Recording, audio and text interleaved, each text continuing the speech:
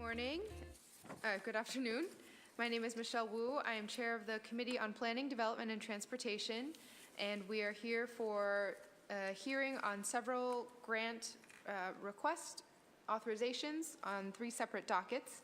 I want to remind everyone before we start that this public hearing is being recorded and broadcast live on channels Comcast 8, RCN 82, and Verizon 1964, as well as streaming on the City of Boston website. If you would like to testify, please check the box, and we will open up for testimony at the end. Before I hand it over to our panel with representatives from various departments, I'll just read the actual text of the docket into the record, so bear with me. This hearing is on docket number 1083, message and order authorizing the City of Boston to accept and expend the amount of $100,000 in the form of a grant for the Efficiency and Regionalization Grant awarded by the Massachusetts Department of Revenue to be administered by the Office of Economic Development. The grant will fund the Greater Boston Regional Economic Compact Cities to hire a consultant who will develop an action plan of operational projects based on overlapping needs expressed in the municipality's master plans. Secondly, we'll turn to docket number 1236, message and order authorizing the City of Boston to accept and expend the amount of $855,000 in the form of a grant for the FY19 Success Link Employment Program awarded by the Massachusetts Executive Office of Labor and Workforce Development, passed through the Economic Development and Industrial Corporation of Boston to be administered by the Department of Youth Engagement and Employment. The grant will fund summer jobs for 469 youth from July 9th through August 17th, 2018. And finally, docket number 1239, message and order authorizing the City of Boston to accept and expend the amount of $33,500 in the form of a grant for survey and planning awarded by the U.S. Department of the Interior, passed through the Commonwealth Archives to be administered by the Environment Department. The grant will fund Phase 3 of the Roxbury Survey Update and the nomination for the Malcolm X Ella Little Collins House in Roxbury to the National Register of Historic Places. Great, so feel free, whoever would like to start, if you could introduce yourself, and then if you could give a brief summary of the grant, and we'll go through grant by grant with questions. Krista, do you want to begin? Good afternoon, Chairwoman Wu. My name is Krista Zalatoris. I'm Chief of Staff in the Mayor's Office of Economic Development. Thank you very much for taking the time to discuss docket 1083. This grant will fund the Greater Boston Regional Economic Compact Cities to hire a consultant, which has been determined as the UMass Donahue Institute, who will develop an action plan of operational projects based on overlapping needs expressed in the municipality's master plans. Under the 2016 Memorandum of Understanding, the 6 compact cities, which are Boston, Braintree, Cambridge, Chelsea, Quincy, and Somerville, have agreed to form a partnership as the Greater Boston Regional Economic Compact. Understanding that the signatory cities will benefit collectively and individually from increased collaboration, the compact plans to focus on housing, transportation, sustainability, and economic development. We urge you to approve this docket so that we can begin using the funds, which have a 1-year expenditure requirement. Thank you. Thank you very much. So just to clarify, is this just one piece of the funding that this group will have, or is this kind of the entire scope of what will be available for this compact? This is just the grant. So there was another earlier grant for operations. Okay, how much total has the group that was a $35,000 grant from also from the state, and I will double check to see if there are other sources of funds. Okay, so the year that this group has to expend the $100,000 essentially is already settled, right? Because the consultant, the UMass Donahue Institute, has been retained, and then now it's just allowing them to access the funds over the next year to make the list of projects. I will confirm the exact timeline, but that's my understanding that it'll be from the start of the contract. Okay, and what types of projects is Boston putting forward for consideration?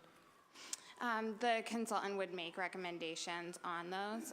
In the past, 2 years since we've started working on this compact, some natural collaborations have formed. We've participated with compact cities and participating with bio and other economic development projects, and this will help us solidify how we go forward with that. Okay. And who's the main contact person on the city side? Andrew Grace in the Office of Economic Development. Okay. Great. So we've been part of this for 2 years already. Is there an end date to the compact? Like, for example, was it a 5-year partnership, or is it kind of just continuing as long as the cities want to continue working together? It's ongoing. Okay.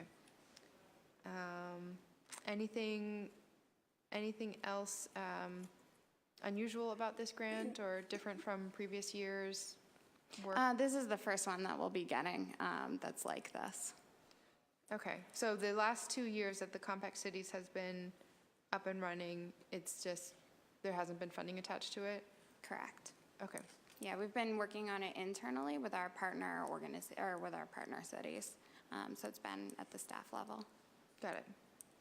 Okay. And this is likely just a one-time grant then, or will the state, if there's success from identifying a list of projects, is there opportunity for another grant next year? Thank you. That's a good question. I'd have to check on that for you. Okay. All right. Thank you very much. Marta? Hi, good afternoon, Chairwoman Wu. I'm Marta Rivera, and I'm apologizing that I'm a bit hoarse. Go Red Sox. I'm here to respond to docket number 1236 with regards to the YouthWorks funding. The YouthWorks is a subsidized youth employment program administered by the Mass Commonwealth Corporation, and it's designed to provide low-income teens and young adults 14 to 21 years of age with their first employment experiences, work readiness training, and skills to find and keep unsubsidized jobs. Keep an unsubsidized job. The funds are coming through the Mayor's Office of Workforce Development. They administer a portion of the YouthWorks grant, and it distributes the funding to 4 Boston Summer Youth Employment Programs, the SYEP providers, which are the Action for Boston Community Development, Boston Private Industry Council, and our Department of Youth Employment Engagement, YEE, and Youth Options Unlimited. YEE intends to use these funds in summer 2019 the way they did in 2018, which is to provide eligible youth with employment over the summer months. In 2018, they had 474 youth that were served through this grant. They hired 5 career development coaches to implement work readiness training for the youth participants, and the youth received 15 hours of Signal Success curriculum provided by the staff. In 2019, they intend to serve 500 youth using this grant. Great. So you mentioned the 4 different providers, including the city's agency. So the $855,000 is spread across all 4? My understanding is that's just for YEE. Oh, just, okay. Yep. And so the other organizations then sort of have their outside fundraising and then employ youth on their own that way, or place youth at different positions with their own funding? I don't know how. I can find out.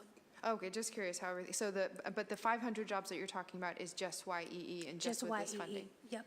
Okay. Of the almost 3,000 slots we have, 500 or close to 500 are providers supported through this grant. Got it. Okay. And has this amount, so we're intending to serve more youth with it, so the amount has been going up compared to previous years? No, the amount is the same as last year, is my understanding. Oh, so then how is it possible to go from 474 to 500? So there's operational cost. The final total amount that was spent to support those jobs last year was almost 849, 50,000.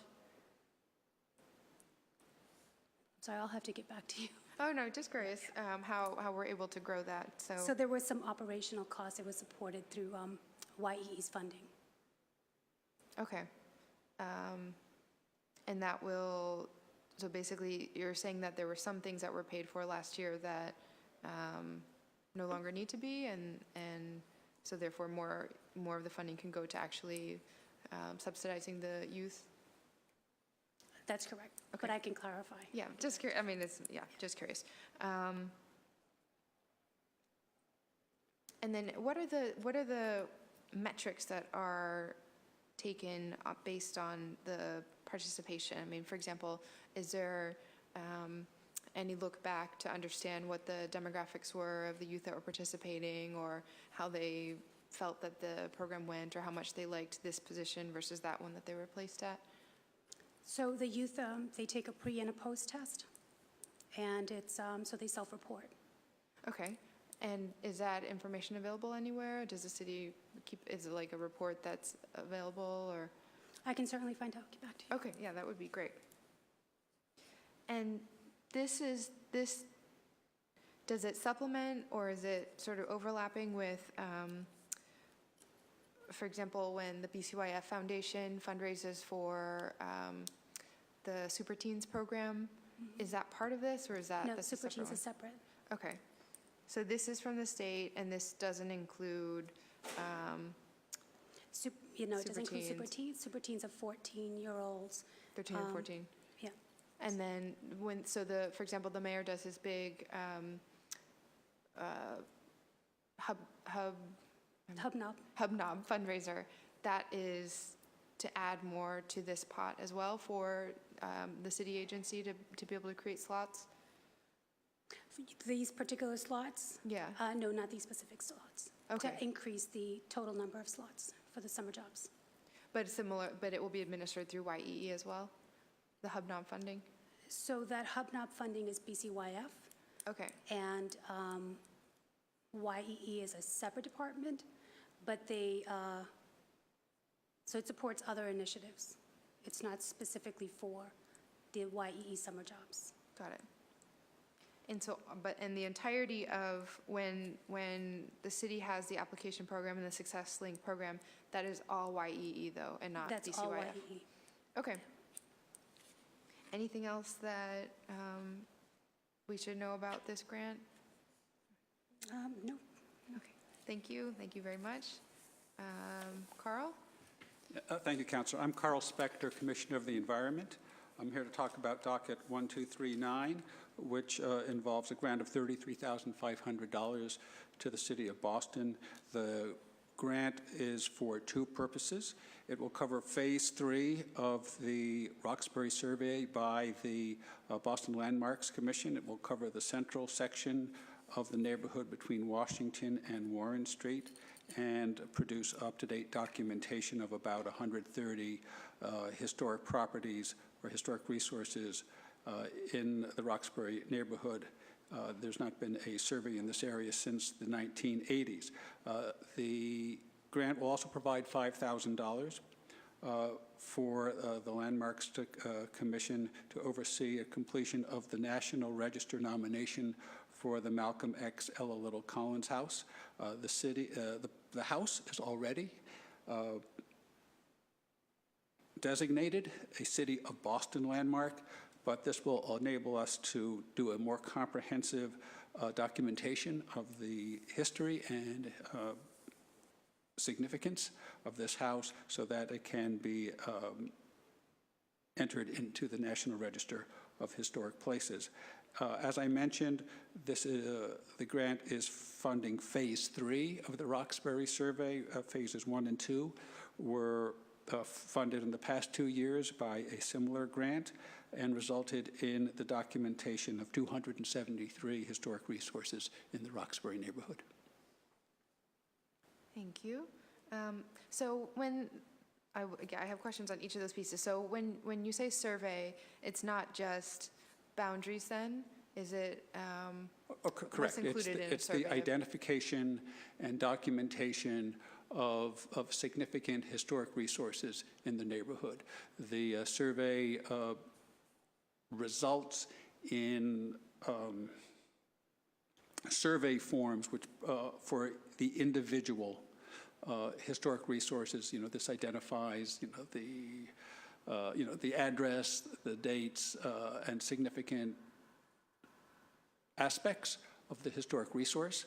And those survey forms, which are available on through the City of Boston, the Boston Landmarks website, and through the Mass Historical Commission, then become the basis for further action that the city may take. They obviously they assist the community in understanding what's there.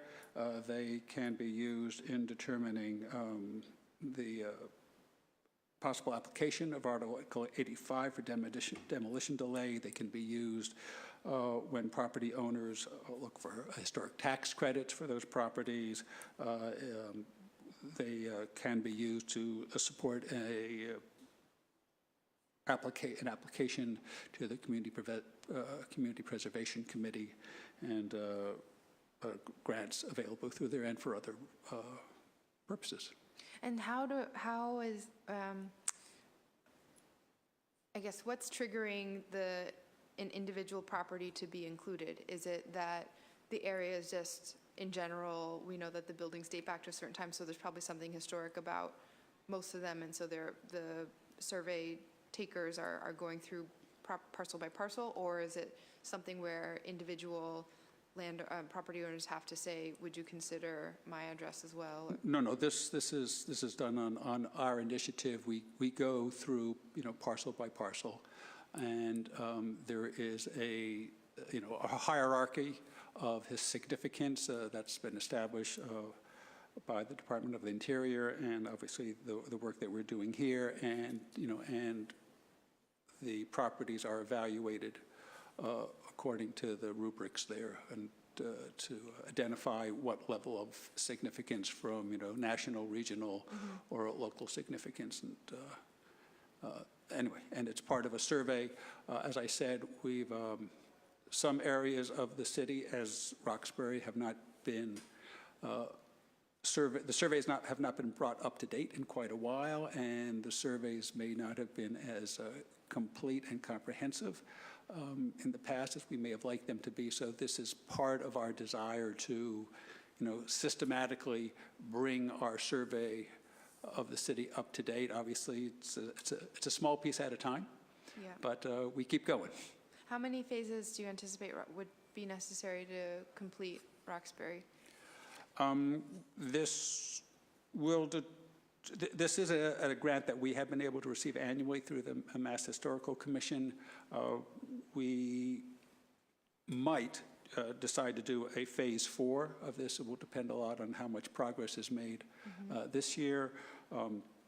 Depending on that and how we judge the priority needs of the city as a whole, we may choose to look at another neighborhood next year. That's not been determined yet. What are the kind of next few neighborhoods that would be in line that also need updating or haven't had a recent survey? I'm not sure. As I said, we've been working on, this is our 3rd year of working on Roxbury, and I'm not sure what's next in the queue. Okay. The Landmarks Commission itself does help us set priorities in making these kinds of determinations. Okay.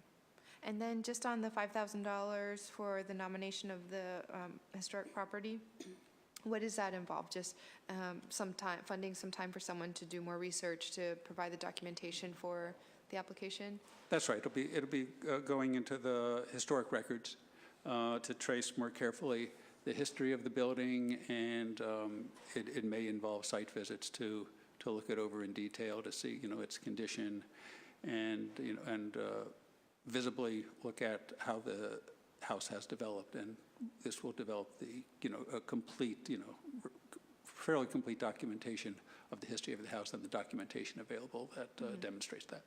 And when the city receives this grant annually, and it sounds like we've gotten at least for the last 2 years, and maybe yes, and before chances that, before that and too. before the, Oh, okay. yes. Is it entirely up to the city to divvy it up between these various things related to historic preservation or information, or do you have to apply for the grants each year laying out what will be done that year? As part of our application, we identify specifically what part of the neighborhood, part of the city we're going to be looking at. Okay, got it. So, and for the next year's application, there would be an internal decision of what to That's right. do And with it? you know, I believe in the early spring, that application is due. Okay.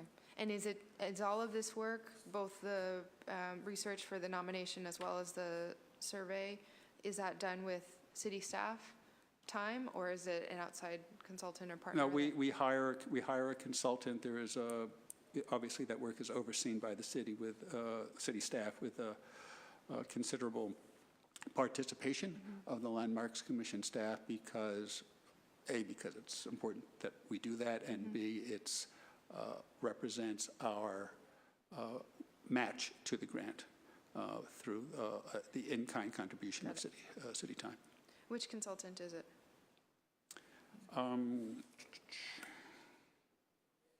A group called the Public Archaeology Lab. Okay, great. Anything else that you wish to have communicated to my colleagues when we vote on this? No, I think that's it. Okay. All right. Well, thank you all very much. Did I miss anything else? We're good. I really, really appreciate your time, and also that we were able to do this all in one setting. Thank you so much. And would anyone else like to testify on these matters? No. Okay. Then this will conclude our hearing on dockets number 1083, 1236, and 1239. This hearing is adjourned. Thank you. Thank you.